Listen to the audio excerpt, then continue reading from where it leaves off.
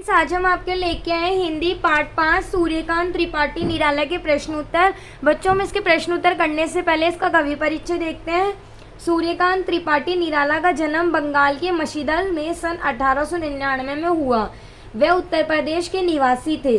निराला की औपचारिक शिक्षा 9वीं तक मशीदल में ही हुई। उन्होंने सदध्या में संस्कृत, बांग्ला और अंग्रेजी का ज्ञान अर्जित किया। वे संगीत और दर्शन शास्त्र के भी गहरे अध्येता थे। सन 1961 में उनका देहांत हो गया।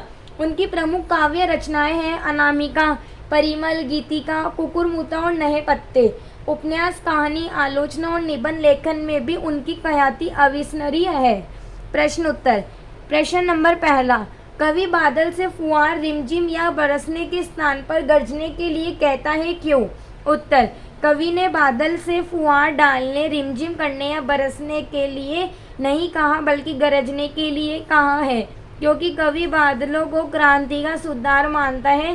गरजना विद्रोह का प्रतीक है। कवि बादलों से पौरुष दिखाने की कामना करता है।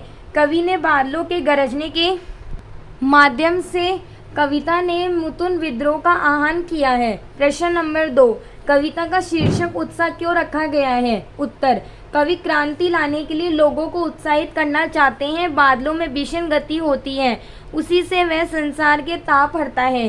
कवि ऐसी ही गति, ऐसी ही भावना और शक्ति चाहता है। बादल का गरजना लोगों के मन में परिवर्तन करने का उत्साह भर देता है, इसलिए कविता का शीर्षक उत्साह रखा गया है। प्रश्न 3, कविता में बादल किन किन अर्थों की ओर संकेत करता है? उत्तर, पहला, बादल जल बरसाने वाला शक्ति स्वरूप है। दूसरा, बादल पीड़ित, प्यासे जन तथा तप्त धरती को शीतलता प्रदान करता है। तीसरा, बादल शोषितों के मन में उत्साह भर के परिवर्तन लाने के लिए प्रेरित करता है। प्रश्न चौथा, शब्दों का ऐसा प्रयोग जिससे कविता के किसी खास भाव या दृश्य में भावनात्मक प्रभाव पैदा हो, नाद सौंदर्य कहलाता है।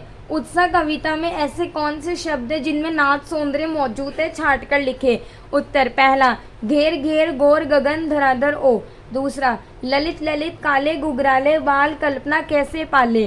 तीसरा, विद्युत छवि उर्मे कविता की इन पंक्तियों में नाद सौंदर्य मौजूद है। रचना और अभिव्यक्ति। प्रश्न 5, जैसे बादल उमड़ उमड़ कर बारिश करते हैं, वैसे ही कवि के अंत मन में भी भावों के बादल उमड़ गुमड़ कर कविता के रूप में अभिव्यक्त होते हैं। ऐसे ही किसी प्राकृतिक सौंदर्य को देखकर अपने उमड़ते भावों को कविता में उतारिए।